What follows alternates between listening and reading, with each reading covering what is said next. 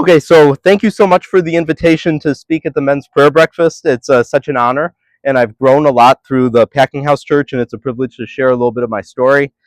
I accepted this invitation to speak more than a year ago, and in the meantime, I've experienced probably more in my life in the last 12 months than I have in my adult life before.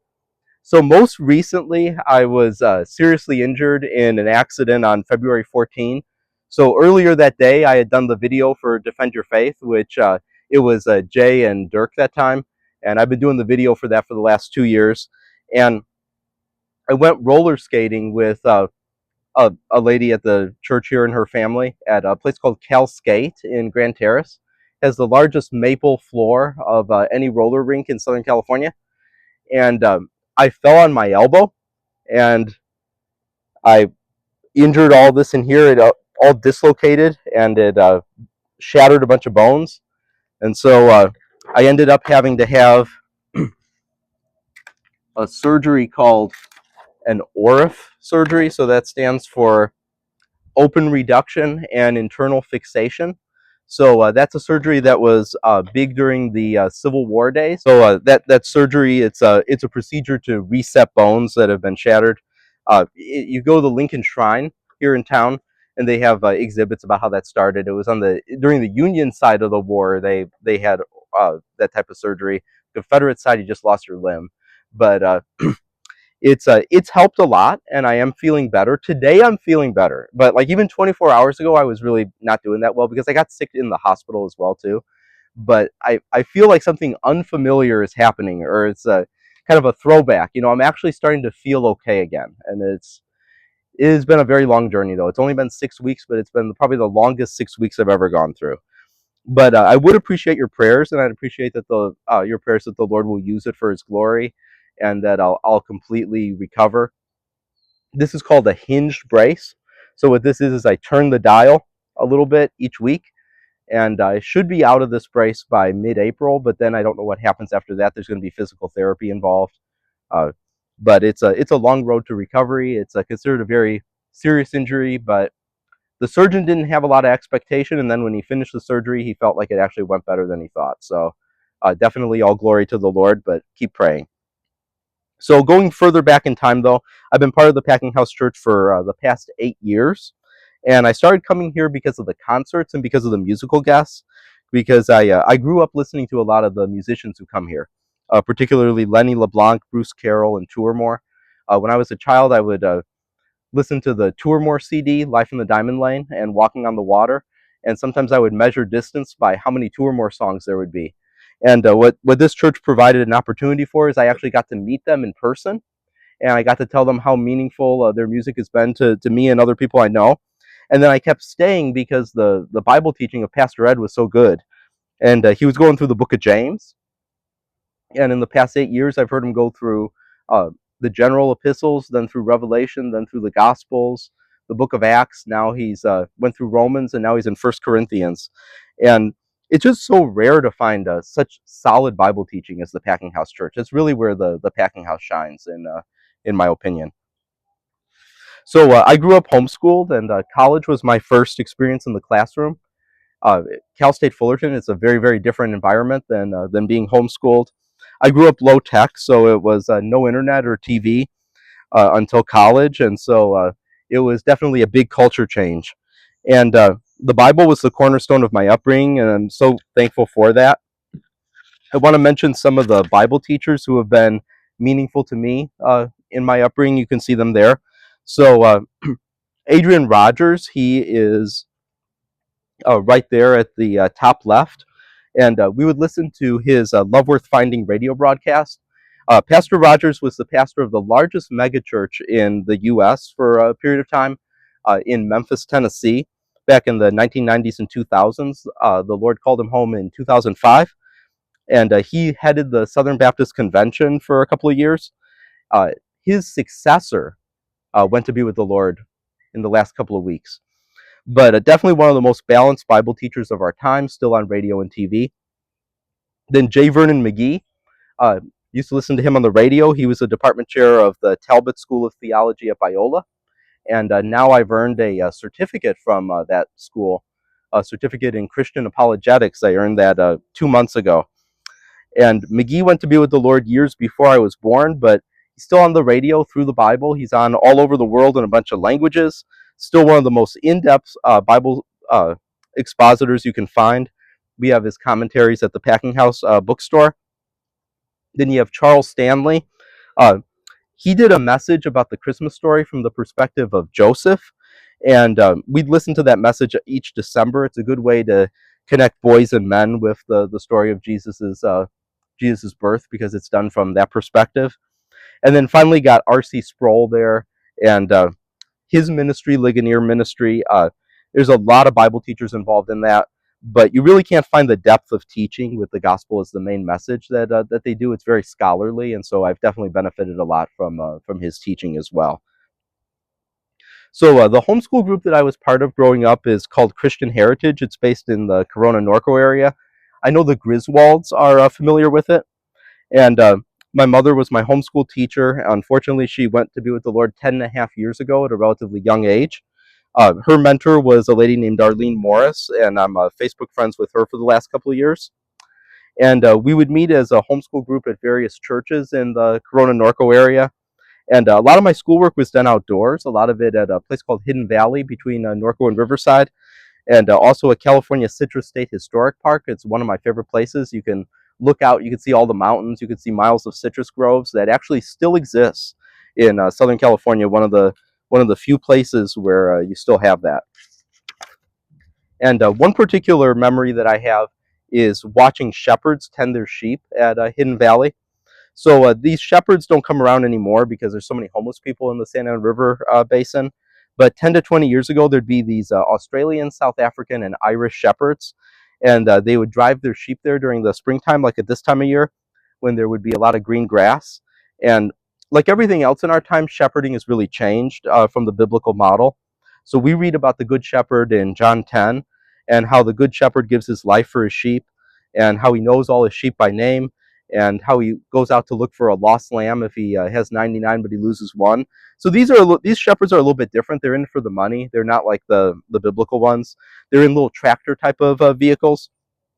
But even the poor example of shepherding, it does provide an education, because it helps us compare and contrast what the Bible's telling us. And I did get to feed the sheep a couple of times with their permission, and they just kind of like lick up the feed. They have like very gentle tongues, and it's definitely kind of cool. It's very biblical. So I made my public profession of faith uh, when I was baptized at California Baptist University at age 15. And I was actually baptized along with some neighbors who came to faith through my family's witness. And the intention at that time was for me to go to that school and earn a degree in Christian studies. And I was still a teenager, and the plan was for me to go to seminary. But life took a different direction. The university wanted me, but the problem was the state didn't consider it that I had ever gone to school, because I was homeschooled the whole way. So I didn't have a verified diploma. So I wasn't eligible for financial aid. And so going to a private university without financial aid would be very, very expensive. So it cost too much. So it led me in a different direction. So I ended up working an overnight job at Ontario Mills for 2 years, doing stock work overnights. And then I was accepted at Cal State Fullerton. And within a month and a half, I went from entering the public school system as a student who had never been in a classroom before to actually working for the public school system, which is a very quick turnaround. And I still do marketing projects for the business college there, including website updates and writing news articles. I've written about 1,000 articles over the years. And one thing I discovered is that Fullerton has kind of a unique culture. It's a very secular area. It's one of the most liberal cities in America, according to many surveys. But it also has a very strong Christian heritage. And people don't know that I've done a little bit of research on it, and I discovered that Corrie Ten Boom, who we talk about a lot at the church here, Pastor Ed often quotes her. She spent her last couple of years there in Fullerton, and Chuck Swindoll was a pastor there for 23 years, and I've had the privilege of distributing the assets of his church's library when it closed last year. So he left Fullerton back in '94, but his books remained at his old church for a long time, and they finally closed all that down. and they were wondering what to do with the books, and I distributed them mostly to unbelievers or gave them to different ministries. Also discovered that a very prominent theologian, Kim Riddlebarger, is an alum of the Business College at Cal State Fullerton, and I've had the privilege of writing a couple of articles with him, and he's a personal friend. And I always find it an honor to work with different segments of the body of Christ. It's always great to do that. Jesus said in John 10:16, "Other sheep I have, which are not of the fold, this fold, them also I must bring, and they will hear my voice, and there will be one flock and one shepherd." And it's always great to work together, but also to have that discernment to know who's in the body of Christ and who's outside of it. So, talking specifically about Packing House, so the first ministry I got involved in here was Youngbloods, and it was during the pandemic, and we were going through the life of David, and we did the studies out here in the courtyard. So for the young adults, the pandemic was actually a period where there was a lot of growth. I know for the church as a whole, it was the opposite.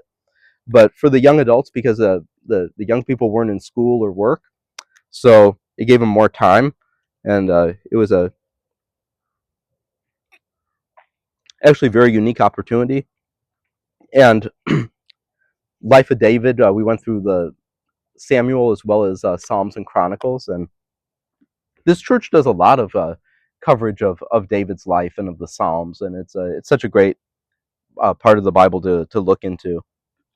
And it was also during that time that I first got into a serious relationship. So I met a girl in that study, and it looked like it had a lot of promise, but she had anxieties with learning how to drive, and I was growing at that time, and I broke up with her because of that, and I realized I made the wrong choice, and I've tried everything in my power to try to mend the situation, but so far the Lord hasn't reopened the door. But I would appreciate your prayers about that.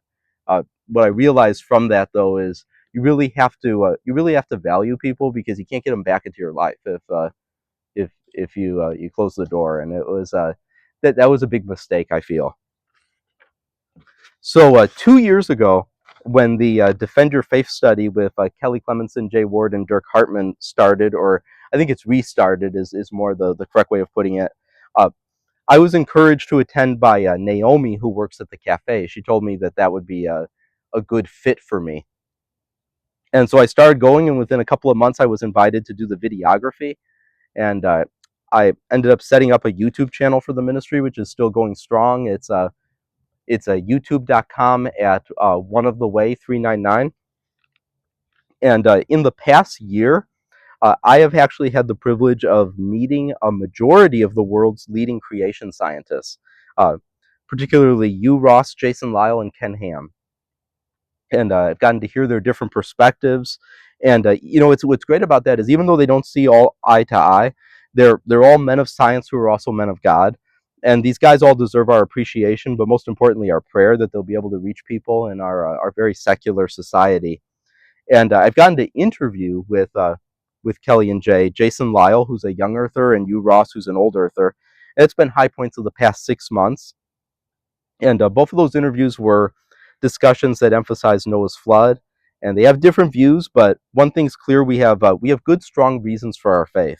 Like the Apostle Peter wrote, "For we did not follow cunningly devised fables." And definitely, there's a strong basis for Christian faith, and the Lord's been showing that to me more and more. So we hope. This is maybe a little bit private. I don't necessarily think that this is like something confirmed, but we are hoping to interview Stephen Meyer, who's one of the top intelligent design advocates of our time. If we did get to interview him, that would be really, really high level. He's world famous. I'm not sure that will happen, but maybe it will. The Lord can open doors if He wants to.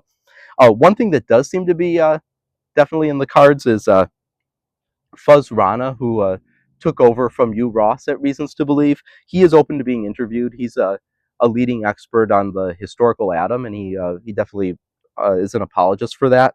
He also comes from a Muslim background, and now he's a believer in Jesus. So that'll be interesting to get to talk with him. And then at the beginning of this year, a couple of months ago, I began putting my video skills to further use by helping Richard Villanueva Sr., who's right in front of me, produced the longest documentary on the Shroud of Turin that's on the internet that we know of. If you're not familiar, the Shroud of Turin is believed to be the burial cloth of Jesus, and many believe that it's a proof not just of the crucifixion, but also of the resurrection. There's a museum about the Shroud in Garden Grove right now, and it's a great place to visit during this season of Easter and Resurrection. And our faith doesn't depend on relics by any means, but at the same time, there really is a strong case for the authenticity of the Shroud. And if it is the burial cloth of Jesus, then essentially our faith becomes fact, and that's really cool to be aware of. And another ministry that has been a great opportunity for me is the Jesus video distribution. Uh, it's helped me to grow as a communicator and being able to share the gospel with others.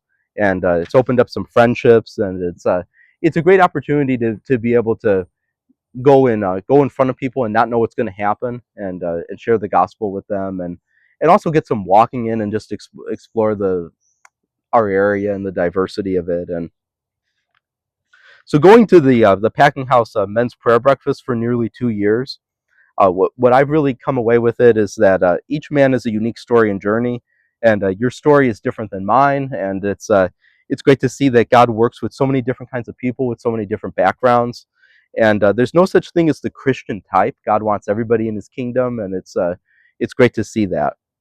And for me personally, I'd appreciate your prayers for guidance, that the Lord will lead me into the fullness of all He has for me. I want all that He has, and I don't want anything He doesn't have for me. And I want the focus of my life to be serving Jesus in any way that He sees fit, and there's no higher calling than that. So thank you so much for your time. I really appreciate it, and God bless you.